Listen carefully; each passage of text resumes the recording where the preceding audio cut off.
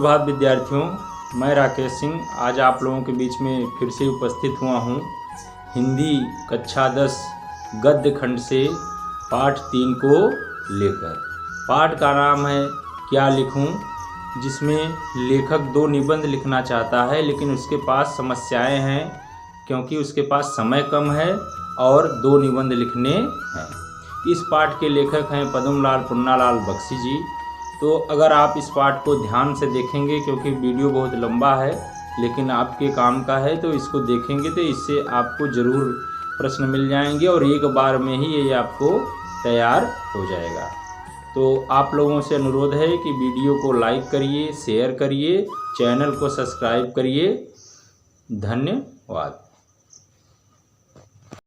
सुप्रभात विद्यार्थियों, मैं राकेश सिंह आज फिर से हिंदी कक्षा 10 का तृतीय पाठ क्या लिखूं लेकर आया हूं गद्य भाग से।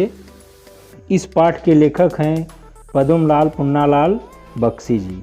यह एक ललित निबंध है और इसमें लेखक ने 2 निबंध कैसे लिखा जाएगा और लिखने की एक कला होती है, मानसिक स्थिति होती है, उसके विषय में इन्होंने बताया है।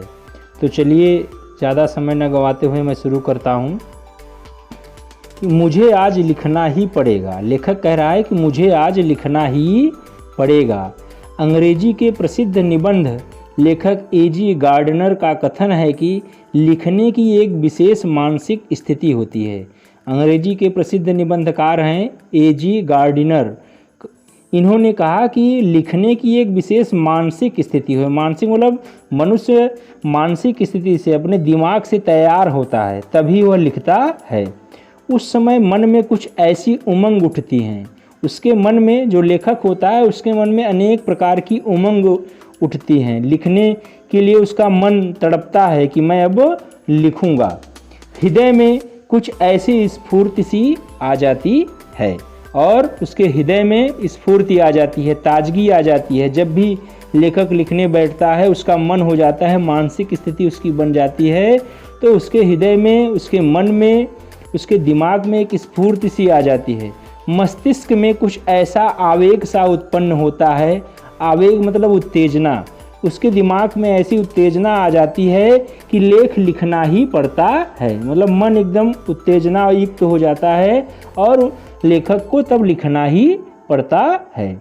उस समय विषय की चिंता नहीं रहती। तब लेखक को अपने विषय की चिंता नहीं रहती। कोई भी विषय हो, कोई भी विषय मिल जाए, कोई भी मैटर मिल जाए, उसमें हम अपने हृदय के आवेग को भर ही देते हैं। कोई भी विषय रहता है तो जब लिखने की स्थिति बन जाती है तो लेखक अपने मन के आवेग को, अपने मन में जो उत्तेजना रहती है उसको उस लेख में वो भर देता है। हैट टांगने के लिए कोई भी खूंटी काम दे सकती है। हैट मतलब टोपी की, टोपी कहीं भी हम टांग सकते हैं, खूंटी जरूरी है। कोई भी खूंटी हो वहाँ पर अपने हैट को टांग सकते हैं। उसी तरह अपने मनोभावों को व्यक्त करने के लिए कोई भी विषय उपयुक्त है। उसी प्रकार जिस प्रकार हैट टांगने के लिए कोई भी खूंटी मिल जाए, उसी प्रकार लेखक को उसके मन में जो भी भाव उत्पन्न होते हैं, उसे जो भी लिखना होता है, उसके लिए उसे कोई भी विषय मिल जाए, किसी भी विषय पर वह लिखे, उसमें अपने मनोभावों को वह व्यक्त कर लेता है। असली वस्तु है हैट। अर्थात यहाँ लेखक समझा रहा है कि असली वस्तु है हैट, खूंटी नहीं। खूंटी कोई भी हो, मेरा हैट टंग जाना चाहिए एक सुरक्षित स्थान पर, खूंटी कहीं भी हो। इस तरह मन के भाव ही तो यथार्थ वस्तु है, विषय नहीं। उसी तरह लेखक समझा रहा है कि विषय महत्वपूर्ण नहीं है, मन के भाव महत्वपूर्ण हैं कि किस प्रकार हम अपने मन के भावों को उसमें प्रस्तुत कर सकते हैं। गार्डनर साहब के इस कथन की यथार्थता में मुझे संदेह नहीं। लेखक कह रहे हैं, पद्मलाल पुन्नालाल बख्शी जी कह रहे हैं कि गार्डनर साहब के इस कथन की यथार्थता में, यह सत्य है, इसमें मुझे कोई संदेह नहीं है। पर मेरे लिए कठिनता यह है कि मैंने उस मानसिक स्थिति का अनुभव ही नहीं किया है। अब देखिए लेखक कह रहा है, पद्मलाल पुन्नालाल बख्शी जी कह रहे हैं कि गार्डनर साहब जो कह रहे हैं वो सही है, लेकिन मेरे लिए कठिनता की क्या बात है कि मैंने उस मानसिक स्थिति का अनुभव ही नहीं किया। मैंने कभी ऐसा अनुभव नहीं किया कि जिसमें भाव अपने आप उत्थित हो जाते हैं। अर्थात वे कह रहे हैं कि मैंने तो ऐसा कभी अनुभव नहीं किया कि विषय कोई भी हो लेकिन अपने आप उसमें भाव जागृत हो जाते हैं। मुझे तो सोचना पड़ता है। लेखक कह रहा है कि मैं तो सोचता हूँ, मुझे सोचना पड़ता है, चिंता करनी पड़ती है, और जिस विषय पर लिखना होता है उस विषय पर मुझे चिंता भी करनी पड़ती है, परिश्रम करना पड़ता है, मेहनत करना पड़ता है, तब कहीं मैं एक निबंध लिख सकता हूँ। इतना सारा मेहनत करने के बाद तब मैं कहीं एक निबंध लिख सकता हूँ। आज तो मुझे विशेष परिश्रम करना पड़ेगा। लेखक कह रहे आज मुझे विशेष परिश्रम करना पड़ेगा। क्यों? क्योंकि मुझे कोई साधारण निबंध नहीं लिखना है, कोई छोटा मोटा साधारण निबंध नहीं लिखना है। आज मुझे नमिता और अमिता के लिए आदर्श निबंध लिखना होगा। एक अच्छा आदर्श मतलब एक अच्छा निबंध जो समाज में जिससे एक आदर्श स्थापित हो सके। तो नमिता और अमिता दो लड़कियां हैं, उनके लिए लेखक को आज निबंध लिखने हैं, अर्थात दो निबंध उसको लिखने हैं। नमिता का आदेश है कि मैं दूर के ढोल सुहावने होते हैं। नमिता कह रही है कि दूर के ढोल सुहावने होते हैं, इस विषय पर लिखूं। और अमिता का आग्रह है कि मैं समाज सुधार पर लिखूं। नमिता का आग्रह है कि दूर के ढोल सुहावने होते हैं। ये एक मुहावरा है कि कोई भी वस्तु दूर से देखने पर या दूर से सुनने पर अच्छी लगती है, लेकिन जब पास जाते हैं तब उसकी सच्चाई समझ में आती है। और अमिता का आग्रह है कि मैं समाज सुधार पर लिखूं। ये दोनों ही विषय परीक्षा में आ चुके हैं, अर्थात ये दोनों ही निबंध परीक्षा में आ चुके हैं, और उन दोनों पर आदर्श निबंध लिखकर मुझे उन दोनों को निबंध रचना का रहस्य भी समझाना पड़ेगा। अर्थात ये दोनों निबंध लिखने हैं, और निबंध रचना, निबंध कैसे लिखा जाता है, उसके क्या रहस्य होते हैं, उस विषय में भी मुझे उनको समझाना पड़ेगा। दूर के ढोल सुहावने अवश्य होते हैं, पर क्या वे इतने सुहावने होते हैं कि उन पर 5 पेज लिखे जा सके? लेखक कह रहा है कि दूर के ढोल सुहावने होते हैं, लेकिन क्या इतने ज़्यादा अच्छे सुहावने होते हैं, इतने अच्छे लगते हैं कि उस पर मैं 5 पेज लिख दूं? इसी प्रकार समाज सुधार की चर्चा अनादिकाल से, जिसका कोई समय ही निश्चित नहीं है, अनंत काल से चला आ रहा है समाज में सुधार के लिए, आज तक होती आ रही है, और जिसके संबंध में बड़े बड़े विज्ञों मतलब ज्ञानियों में भी विरोध है, उसको मैं 5 पेज में कैसे लिख दूं? अर्थात दोनों में ही लेखक को समस्या है कि समाज सुधार पर भी और दूर के ढोल सुहावने भी, दोनों पर 5 पेज लिखने हैं, लेकिन दोनों में ही समस्याएं लेखक को आ रही हैं। तब फिर मैं भविष्य की चिंता करूंगा, इसलिए मैंने निबंध शास्त्र के कई आचार्यों की रचनाएं देखी। अर्थात जो बड़े बड़े निबंध लेखक हैं उनकी रचनाओं को लेखक ने देखा निबंध की रचना करने के लिए। एक विद्वान का कथन है कि निबंध छोटा होना चाहिए। एक विद्वान है जिनका कथन है, जिनका कहना है कि निबंध छोटा होना चाहिए। छोटा निबंध बड़े की अपेक्षा अधिक अच्छा होता है। अर्थात उनका मानना है कि निबंध छोटा हो तो वह बड़े निबंध की अपेक्षा अधिक अच्छा होता है, क्योंकि बड़े निबंध में रचना की सुंदरता नहीं बनी रह सकती। क्योंकि जब बड़ा निबंध लिखा जाता है तो उसमें जिस विषय पर लिखा जाता है उसकी सुंदरता नहीं बनी रह सकती अंत तक। इस कथन को मान लेने में मेरा ही लाभ है। लेखक कह रहा है कि उस विद्वान का कथन अगर मान लेता हूँ तो मेरा ही लाभ है। मुझे छोटा ही निबंध लिखना है, बड़ा नहीं। लेखक कह रहा है मुझे छोटा निबंध भी लिखना है, बड़ा लिखना भी नहीं है, पर लिखूं कैसे? निबंध शास्त्र के उन्हीं आचार्य महोदयों का कथन है कि निबंध के 2 प्रधान अंग हैं, और दूसरे जो निबंध शास्त्र के आचार्य हैं, जो दूसरे निबंध शास्त्र के लेखक हैं, उनका कथन है कि निबंध के 2 प्रधान अंग हैं, 2 मुख्य अंग हैं, सामग्री और शैली। सामग्री का मतलब होता है कि विषय, किस विषय पर निबंध लिखना है, और शैली 8 प्रकार की होती हैं, तो किस प्रकार की शैली में उसे लिखना है। मैंने कई बार शैली बताया है, कक्षा 9 में भी बताया है। तो 8 प्रकार की शैलियों में कौन सी शैली का प्रयोग करना है? पहले तो मुझे सामग्री एकत्र करनी होगी, अर्थात विषय वस्तु एकत्र करनी होगी, विचार समूह संचित करना होगा। जिस विषय पर निबंध लिखना है उस विषय पर अनेक प्रकार के विचारों का समूह संचित करना होगा। उस विषय पर लोगों के विचारों को जानना होगा। इसके लिए मुझे मनन करना चाहिए। मनन मतलब अपने मन में ही सोचना चाहिए। यह तो सच है कि जिसने जिस विषय का अच्छा अध्ययन किया है उसके मस्तिष्क में उस विषय के विचार आते हैं। अर्थात जो जिस विषय पर ज़्यादा ज्ञानी है उसके मस्तिष्क में, उसके दिमाग में उस विषय के विचार ज़्यादा आते हैं। पर कौन जानता है कि दूर के ढोल सुहावने पर भी निबंध लिखने की आवश्यकता होगी। यदि यह बात पहले ज्ञात होती तो पुस्तकालय में जाकर इस विषय का अनुसंधान कर लेता। लेखक कह रहा है कि अगर मुझे पहले मालूम होता कि मुझे दूर के ढोल सुहावने होते हैं, इस विषय पर निबंध लिखना है, तो मैं इस पर अनुसंधान कर लेता। अर्थात इस विषय पर अच्छी जानकारी पुस्तकालय में जाकर अनेक पुस्तकों को पढ़कर इस विषय में अच्छी जानकारी ले लेता। पर अब समय नहीं है। मुझे तो यहीं बैठकर 2 घंटों में 2 निबंध तैयार करने होंगे। यहीं बैठना है, 2 घंटे का समय है, 2 घंटों में 2 निबंध तैयार कर देने होंगे। यहाँ न तो विश्वकोश है, अर्थात बहुत सारे कोश, अनेक शब्दों का ज्ञान भंडार जिसे हम लोग वो कहते हैं, जिसमें शब्दों का अर्थ लिखा रहता है, और न कोई ऐसा ग्रंथ है और न कोई बड़ा ग्रंथ है जिसमें इन विषयों पर जानकारी मिले, जिनमें इन विषयों की सामग्री उपलब्ध हो सके। अब तो मुझे अपने ही ज्ञान पर विश्वास कर लिखना होगा। लेखक कह रहा है कि अब मुझे मेरे पास जितना ज्ञान है उसी ज्ञान पर लिखना होगा।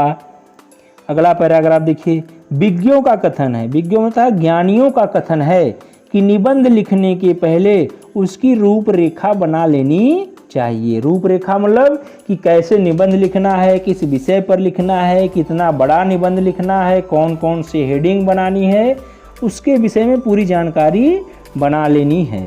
अतएव सबसे पहले मुझे दूर के ढोल सुहावने की रूपरेखा बनानी है। मैं सोच ही नहीं सकता कि इस विषय की कैसी रूपरेखा है। निबंध लिख लेने के बाद मैं उसका सारांश कुछ ही वाक्यों में भले ही लिख दूं। सारांश मतलब मुख्य अंश। निबंध लिखने के बाद मैं कुछ ही अंशों में उसका सारांश भले ही लिख दूं, पर निबंध लिखने के पहले उसका सार 10-5 शब्दों में कैसे लिखा जाए। अर्थात कि मुख्य बिंदु क्या है निबंध के, दूर के ढोल के सुहावने, उसको मैं पहले ही 5-10 शब्दों में कैसे लिखूं। क्या सचमुच हिंदी के सब विज्ञ लेखक पहले से अपने अपने निबंधों के लिए रूपरेखा तैयार कर लेते हैं? लेखक कह रहा है कि क्या इसके पहले जो भी निबंधकार हैं वह भी कोई भी निबंध लिखने के पहले उसकी रूपरेखा तैयार कर लेते हैं। एजी गार्डिनर को तो अपने लेखों का शीर्षक बनाने में ही सबसे अधिक कठिनाई होती है। शीर्षक अर्थात पाठ का नाम लिखने में ही उन्हें सबसे बड़ी कठिनाई होती है। उन्होंने लिखा है कि मैं लेख लिखता हूँ और शीर्षक देने का भार मैं अपने मित्र पर छोड़ देता हूँ। अर्थात वे निबंध लिख देते हैं लेकिन निबंध का नाम क्या होगा वह अपने मित्र पर वो छोड़ देते हैं। उन्होंने यह भी लिखा है कि शेक्सपियर को भी नाटक लिखने में उतनी ही कठिनाई न हुई होगी जितनी कठिनाई नाटकों के नामकरण में हुई होगी। अर्थात नाम रखने में ज़्यादा कठिनाई होती, तभी तो घबराकर नाम न रख सकने के कारण उन्होंने अपने एक नाटक का नाम रखा जैसा तुम चाहो। शेक्सपियर ने अपने एक नाटक का नाम ही रख दिया कि जैसा तुम चाहो, अर्थात जो तुम्हारे मन में आए वही नाटक का नाम रख दो। इसलिए मुझसे तो यह रूपरेखा तैयार न होगी। लेखक पहले ही कह दे रहा है कि मुझसे यह रूपरेखा तैयार न होगी। अब मुझे शैली निश्चित करनी है। शैली अर्थात किस शैली में लिखना है। आचार्य महोदय का कथन है कि भाषा में प्रवाह होना चाहिए। प्रवाह मतलब तारतम्य, जो भी भाषा हो उसमें एक वाक्य से दूसरा वाक्य जुड़ा रहे और कहीं पर भी ऐसा न आए कि रुकावट आ जाए, प्रवाह बना रहे, जैसे गंगा की लहरें चलती रहती हैं। इसके लिए वाक्य छोटे छोटे हों पर एक दूसरे से संबंध हों, वाक्य छोटे हों और एक दूसरे से जुड़े हुए हों। यह तो बिल्कुल ठीक है, मैं छोटे छोटे वाक्य अच्छी तरह लिख सकता हूँ, पर मैं हूँ मास्टर। कहीं नमिता और अमिता यह न समझ बैठे कि मैं यह निबंध बहुत मोटी अक्ल वालों के लिए लिख रहा हूँ। और मास्टर होने के नाते यह भी समस्या आ रही लेखक को कि जो निबंध लिखा जाएगा, मतलब छोटे छोटे वाक्य होंगे, एक दूसरे से संबंध होंगे, सरल वाक्य में निबंध लिखे जाएंगे, तो नमिता अमिता को ये लगेगा कि कहीं मोटे बुद्धि वालों के लिए तो नहीं लिखा गया है यह निबंध। अपनी विद्वता का प्रदर्शन करने के लिए, अर्थात अपने ज्ञान का प्रदर्शन करने के लिए, अपना गौरव स्थापित करने के लिए यह आवश्यक है कि वाक्य कम से कम आधे पृष्ठ में तो समाप्त हों। लेखक कह रहा है कि मैं अपने ज्ञान को दिखाने के लिए कम से कम मेरा वाक्य आधे पृष्ठ में समाप्त हो। बाणभट्ट ने कादंबरी में ऐसे ही वाक्य लिखे हैं। वाक्यों में कुछ अस्पष्टता भी चाहिए, अर्थात कुछ वाक्य समझ भी न आए, क्योंकि यह अस्पष्टता या दुर्बोधता अर्थात गंभीरता ला देती है। जो वाक्य अस्पष्ट होंगे, जिसके अर्थ आसानी से समझ में नहीं आएंगे, वह निबंध में गंभीरता ला देंगे, अर्थात निबंध सरल नहीं लगेगा। इसलिए संस्कृत के प्रसिद्ध कवि श्रीहर्ष ने जानबूझकर अपने काव्य में ऐसी गुत्थियां डाल दी हैं जो अज्ञों से न सुलझ सके, अर्थात जो अज्ञानी हैं उनको समझ में न आए। और सेनापति भी लेखक हैं, कवि हैं, तो इन्होंने भी अपनी कविता में मूढ़ों के लिए दुर्बोध कर दिया, अर्थात इनकी जो कविता है, जो मूढ़ मतलब मूर्ख हैं, उनको समझ में न आए, दुर्बोध मतलब कठिन कर दी। तभी तो अलंकारों, मुहावरों और लोकोक्तियों का समावेश भी निबंधों के लिए आवश्यक बताया जाता है, अर्थात मुहावरे, अलंकार, लोकोक्तियाँ भी निबंध में आवश्यक रूप से समावेशित किए जाएं। अंग्रेजी के निबंधकार ने एक दूसरी पद्धति को अपनाया। उनके निबंध इन आचार्यों की कसौटी पर भले ही खरे सिद्ध न हो, पर अंग्रेजी साहित्य में उनका मान अवश्य है। हमारे यहाँ के जो निबंधकार हैं उनमें भले वे न खरे उतरे, लेकिन उनके यहाँ उनके साहित्य की इज्जत है। उस पद्धति के जन्मदाता मार्टेन समझे जाते हैं। उन्होंने स्वयं जो कुछ देखा, सुना और अनुभव किया, उसी को अपने निबंधों में लिपिबद्ध कर दिया। जो देखा, जो अनुभव किया, उसी को उन्होंने लिख दिया। ऐसे निबंधों की सबसे बड़ी विशेषता यह है कि वे मन की स्वच्छंद रचनाएं हैं, अर्थात मन में जो आया उन्होंने लिख दिया, उसमें बनावटीपन नहीं आया है। उनमें न कवि की उदात्त कल्पना रहती है, अर्थात वे कल्पनाओं को नहीं भरते, न आख्यायिका लेखक की सूक्ष्म दृष्टि और न विज्ञों की गंभीर तर्कपूर्ण विवेचना, अर्थात न ही कठिन कठिन शब्दों का समावेश होता है। उनमें लेखक की सच्ची अनुभूति रहती है, अर्थात लेखक जो भी लिखता है उसमें सच्चाई रहती है, जोड़कर कुछ नहीं लिखा जाता।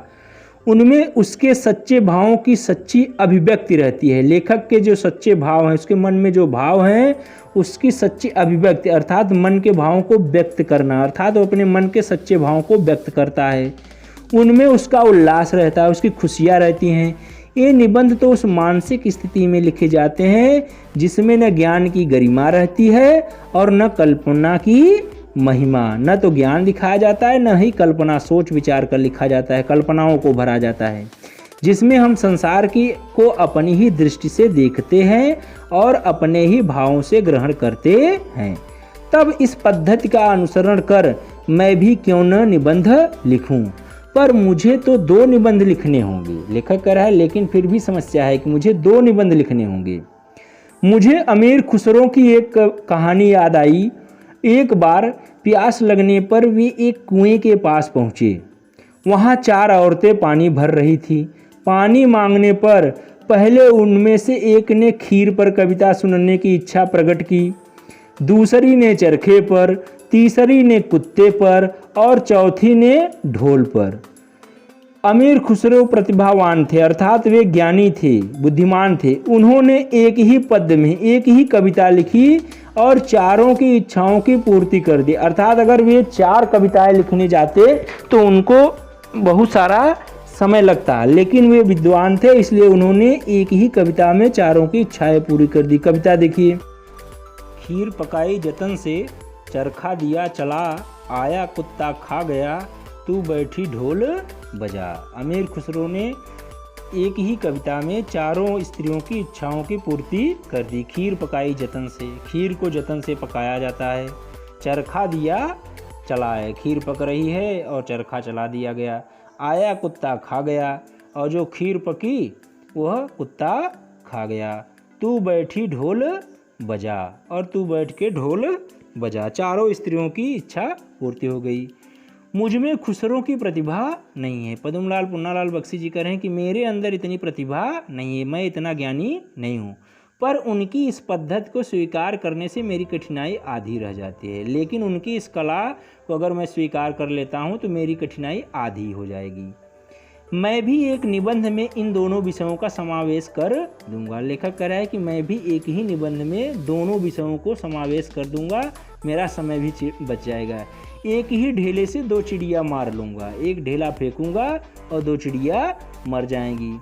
दूर के ढोल सुहावने होते हैं क्योंकि उनकी कर्कशता दूर तक नहीं पहुंचती। दूर से अगर आप ढोल सुनेंगे तो वो अच्छे लगते हैं क्योंकि वो कानों को उतना ज़्यादा दुख नहीं देते।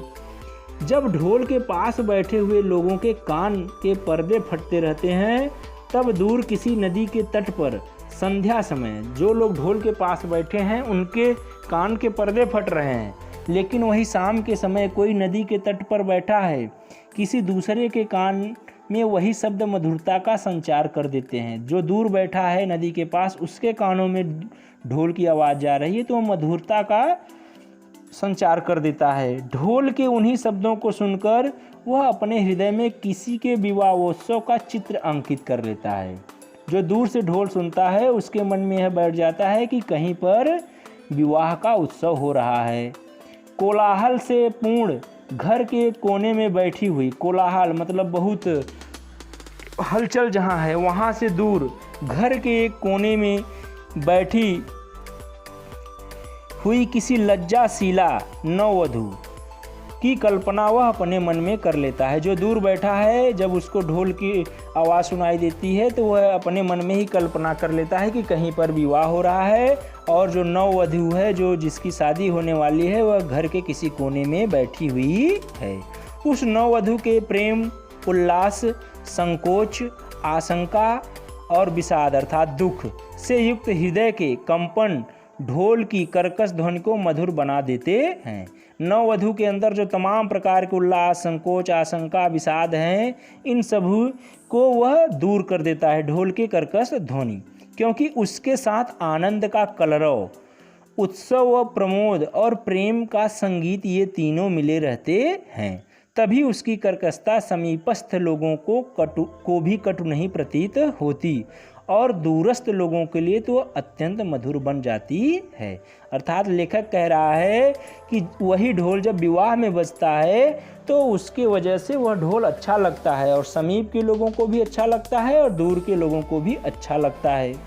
जो तरुण संसार के जीवन संग्राम से दूर है, उन्हें संसार का चित्र बड़ा ही मनमोहक प्रतीत होता है। तरुण मतलब कोमल, कम उम्र का। तो जो जीवन संग्राम से दूर है, जिसे अभी जीवन के संग्रामों के बारे में मालूम नहीं है, उन्हें संसार का चित्र बड़ा ही मनमोहक प्रतीत होता है, उन्हें संसार अच्छा लगता है।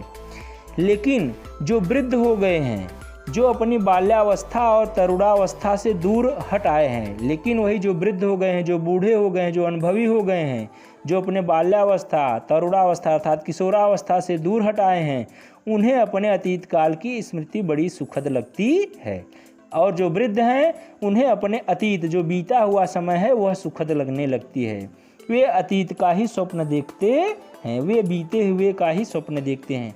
तरुणों के लिए जैसे भविष्य उज्ज्वल होता है, किशोर नवयुवकों के लिए जैसे उनका भविष्य उज्ज्वल होता है, वैसे ही वृद्धों के लिए अतीत, वैसे ही वृद्धों के लिए उनका अतीत अच्छा लगता है। वर्तमान से दोनों को असंतोष होता है। जो वर्तमान चल रहा है उसमें वृद्ध को भी असंतोष होता है और तरुण को भी। तरुण भविष्य को वर्तमान में लाना चाहते हैं, तरुण जो भविष्य में होने वाला है उसे वर्तमान में लाना चाहते हैं, और वृद्ध अतीत को खींचकर वर्तमान में देखना चाहता है, और वृद्ध जिसका जो समय बीत गया है वह उसे वर्तमान में देखना चाहता है। तरुण क्रांति के समर्थक होते हैं। तरुण अर्थात जो युवक होते हैं वो क्रांति के समर्थक होते हैं, वे नई चीज़ों के समर्थक होते हैं। नए समाज हर नए चीज़ों का विरोध करता है तो तरुण उसके लिए क्रांति कर देते हैं। और वृद्ध अतीत गौरव के संरक्षक, और जो वृद्ध होते हैं उनके समय में जो हुआ है वो उसके संरक्षक बन जाते हैं। वे नहीं चाहते कि पुराने नियमों कानूनों को नवयुवक तोड़ें। इन्हीं दोनों के कारण वर्तमान सदैव क्षुब्ध रहता है, अर्थात इन्हीं दोनों के बीच में वर्तमान समय जो चल रहता है वह दुखी रहता है, क्षुब्ध रहता है, और इसी से वर्तमान काल सदैव सुधारों का काल बना रहता है। इसीलिए वर्तमान हमेशा सुधारों का काल कहा जाता है, क्योंकि तरुण नई चीज़ें करना चाहता है और वृद्ध पुराने चीज़ों को ही बचा के रखना चाहता है। मनुष्य जाति के इतिहास में कोई ऐसा काल ही नहीं हुआ जब सुधारों की आवश्यकता न हुई हो। तभी तो आज तक कितने ही सुधारक हो गए, पर सुधारों का अंत कब हुआ? अर्थात मनुष्य हमेशा सुधार में लगा रहता है, लेकिन सुधार नहीं हुआ। भारत के इतिहास में बुद्धदेव, स्वामी महावीर स्वामी, नागार्जुन, शंकराचार्य, कबीर, नानक, राजा राम मोहन राय, स्वामी दयानंद और महात्मा गांधी में ही सुधारकों की गणना समाप्त नहीं होती। सुधारकों का दल नगर नगर, गांव गांव में होता है। यह सच है कि जीवन में नए नए क्षेत्र उत्पन्न हो जाते हैं और नए नए सुधार हो जाते हैं। न दोषों का अंत है और न सुधारों का, न तो ही दोषों का अंत होने वाला है न सुधारों का। जो कभी सुधार थे वही आज दोष हो गए और उन सुधारों का फिर नौ सुधार किया जाता है। तभी तो जीवन प्रगतिशील माना जाता है, अर्थात हमेशा सुधार पे सुधार होता रहता है। हिंदी में प्रगतिशील साहित्य का निर्माण हो रहा है। उसके निर्माता यह समझ रहे हैं कि उनके साहित्य में भविष्य का गौरव निहित है। प्रगतिशील जो लेखक होते हैं, अर्थात समाज को आगे बढ़ाने वाले जो लेखक होते हैं, वह सोचते हैं कि वह जो लिख रहे हैं उसमें समाज आगे बढ़ रहा है। पर कुछ ही समय के बाद उनका यह साहित्य भी अतीत का स्मारक हो जाएगा। लेकिन जैसे ही कुछ समय बीतेगा उनका भी साहित्य क्या हो जाएगा? बीता हुआ समय कहा जाएगा और नई नई चीज़ें आ जाएंगी, नए नए जीवन, नए नए सुधारों का समय आ जाएगा। तो आज जो तरुण है, अर्थात आज जो नवयुवक है, वही वृद्ध होकर अतीत के गौरव का स्वप्न देखेंगे। आज जो युवक है वही जब वृद्ध हो जाएंगे तो जो उनका समय बीता है वह उसी को अच्छा समझेंगे। उनके स्थान में तरुणों का फिर दूसरा दल आ जाएगा और उनके स्थान पर नवयुवक दूसरे आ जाएंगे। जो भविष्य का स्वप्न देखेगा दोनों के ही स्वप्न सुखद होंगे, क्योंकि दूर के ढोल सुहावने होते हैं। अर्थात समझने की कोशिश करिए कि लेखक ने एक ही निबंध में दोनों निबंध लिख दिए कि अर्थात जो युवक है वह भविष्य के सपने देखेगा, अर्थात दूर के ढोल सुहावने होते हैं, अर्थात जो आने वाला है उसके सपने देखेगा, और वृद्ध जो है वह जो बीत गया है उसके सपने देखेगा, क्योंकि वह भी दूर के ढोल सुहावने होते हैं जैसा ही होगा, क्योंकि जो बीत गया है वह आने वाला नहीं है। तो इस प्रकार विद्यार्थियों यह पाठ तीसरा समाप्त होता है। आप लोगों से अनुरोध है कि इस वीडियो को शेयर करिए, लाइक करिए और चैनल को सब्सक्राइब करिए। धन्यवाद।